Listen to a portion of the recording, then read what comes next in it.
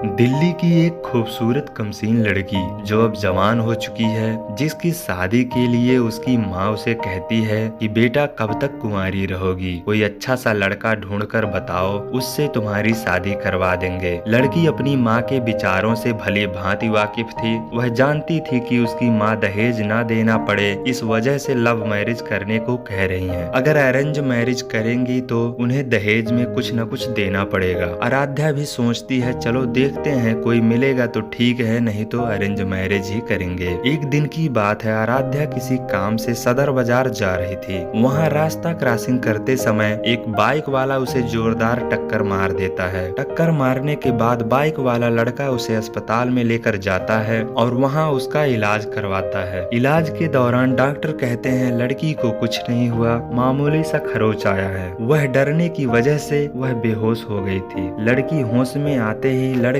पर आग बबूला हो जाती है, लेकिन जब उसे पता चलता है कि वही लड़का उसे हॉस्पिटल में लेकर आया है तो वह उससे खुश हो जाती है और उन दोनों में फ्रेंडशिप हो जाती है। फ्रेंडशिप धीरे धीरे प्यार में बदल जाता है। फिर आराध्या अपनी मम्मी से उससे शादी करने के लिए कहती है और दोनों के परिवार वालों की रजामंदी से शादी करवा दी जाती है। शादी के बाद आराध्या जब अपने ससुराल जाती है तो वहाँ का फैमिली काफी बड़ा था, जिसे देखकर उसे अच्छा नहीं लगता था। वह चाहती थी कि एक छोटा सा परिवार हो जिसमें पति पत्नी साथ में रहें। एक दिन आराध्या अपनी माँ से बात कर रही थी। वह कह रही थी कि माँ मुझे अपने पास बुला लो, मुझे यहाँ अच्छा नहीं लग रहा है। यह बात लड़का सुन लेता है तो वह अपनी पत्नी से कहता है कि चाहो अपनी माँ को यहाँ बुला लो, तुम्हारा मन भी बहल जाएगा, धीरे धीरे तुम्हें यहाँ अच्छा लगने लगेगा। इस बात पर लड़की मान जाती है। वह अपनी माँ को अपने ससुराल में बुला लेती है। अब आराध्या अपनी माँ के साथ ससुराल में काफी खुश थी। माँ के आने के बाद आराध्या अपने माँ के पास सोने की जिद करती, जिससे पति परेशान हो चुका था। पति चाहता था कि उसकी पत्नी उसके पास सोए, लेकिन आराध्या जिद करती। फिर वह कहता कि चाहो अपनी माँ को भी अपने बेडरूम में बुला लो, वह भी हम लोगों के साथ सो जाया करेंगी। आराध्या मान जाती है। वह अगले दिन से अपनी माँ के साथ पति के बेडरूम में पति के साथ सोती। एक दिन आराध्या की कुछ तबीयत खराब थी। वह काफी ज्यादा खांस रही थी, जिसकी वजह से किचन में लौंग लेने चली जाती है। रूम में लाइट बुझी हुई थी।